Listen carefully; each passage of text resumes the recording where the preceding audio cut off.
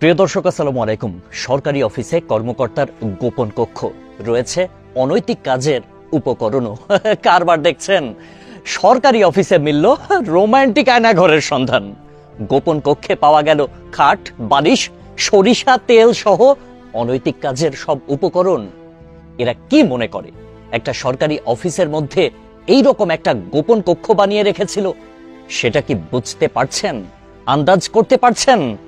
একেবারে খোলাসা করেই বলি, Bangladesh reference institute for chemical measurements দেশের কত গুরুত্বপূর্ণ এক জায়গা, যেখানে ওষুধ তৈরি নিয়ে কাজ হতো, কত গুরুত্বপূর্ণ একটা প্রতিষ্ঠান।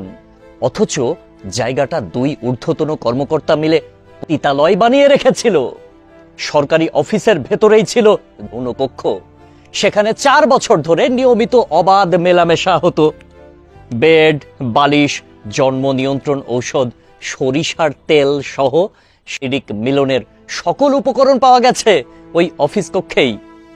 রাজধানীর সায়েন্স ল্যাবে BCSIR এর মধ্যে BRICM নামে একটি প্রতিষ্ঠানের মহাপরিচালক মালা খান ও উপদেষ্টা রবীন্দ্রনাথ রায়ের বিরুদ্ধে এইসব ভয়ঙ্কর অভিযোগ তুলেছে তাদের সহকর্মীরাই। একটি বাথরুমের 2টি দরজা, মালা ও রবীন্দ্রনাথ দুইজনে সেটি একসাথে ব্যবহার করতেন। অত্যন্ত চাঞ্চল্যকর এই ঘটনার আরো গভীরে গিয়ে জানা যায়, রবীন্দ্রনাথের সাথে নিয়মিত সম্পর্কে লিপ্ত হয়ে অবৈধভাবে চিফ সায়েন্টিফিক অফিসার হিসেবে নিয়োগপ্রাপ্ত হয়েছিলেন এই মালা খান। এত জ্ঞানী গুণী শিক্ষিত PhD ধারী হয়েও বুইড়া বয়সে বিবাহ বহির্ভূত সম্পর্কে লিপ্ত হওয়ার জন্য কি করলো এরা? সরকারি অফিসের ভেতরেই এই জঘন্য ব্যবস্থা কেন করে রাখলেন? কিছু মাথায় উঠে গেলে ওদের জন্য নিজেদের বাসাবাড়ি অথবা হোটেল রিসোর্ট তো ছিলই, তবুও কেন এখানেই করতে হলো? নাকি এখানে অন্যদের দিয়েও অনৈতিক কর্মকাণ্ড করা হতো? এদের মন মানসিকতা এত নিচু কেন ছিল? অনেক অনেক প্রশ্ন। এসব প্রশ্নের উত্তর কি সাবেক রানীমা দিতে পারবেন? জাতি কি প্রত্যাশা করবে এদের কাছ থেকে? একটি সরকারি সংস্থায় গোপন কক্ষ কখন তৈরি হতে পারে? যখন ওই কর্মকর্তা নিশ্চিতভাবেই জানেন যে দীর্ঘমেয়াদে সে সেই অফিসে থাকবেন। অর্থাৎ বায়োলজি চর্চার রুম তৈরিতে টপ টু বটম ম্যানেজ করা হয়েছে।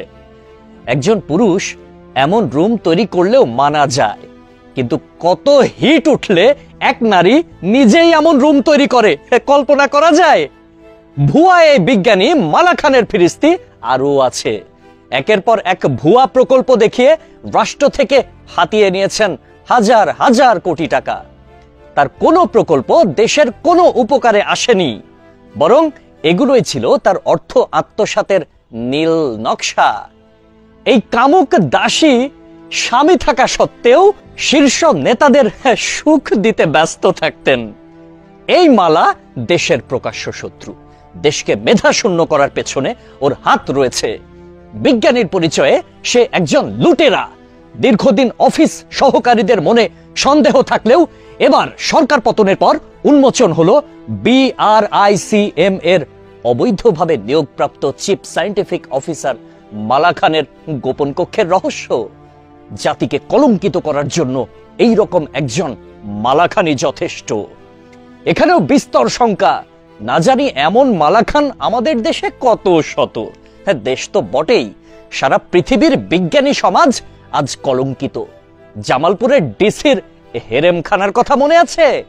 মনে না থাকলেও মনে পড়ে যায়। আর আজ দেখলাম বিজ্ঞানী গবেষণাগারে জীব বিজ্ঞান চর্চা। কি আজব মাইরি! চোখের সামনে গোপন ল্যাব, অথচ খোঁজ পেতে লেগে গেল 4 বছর। আচ্ছা, সরকারি অন্য অফিসগুলোর খবর কি কেউ বলতে পারেন?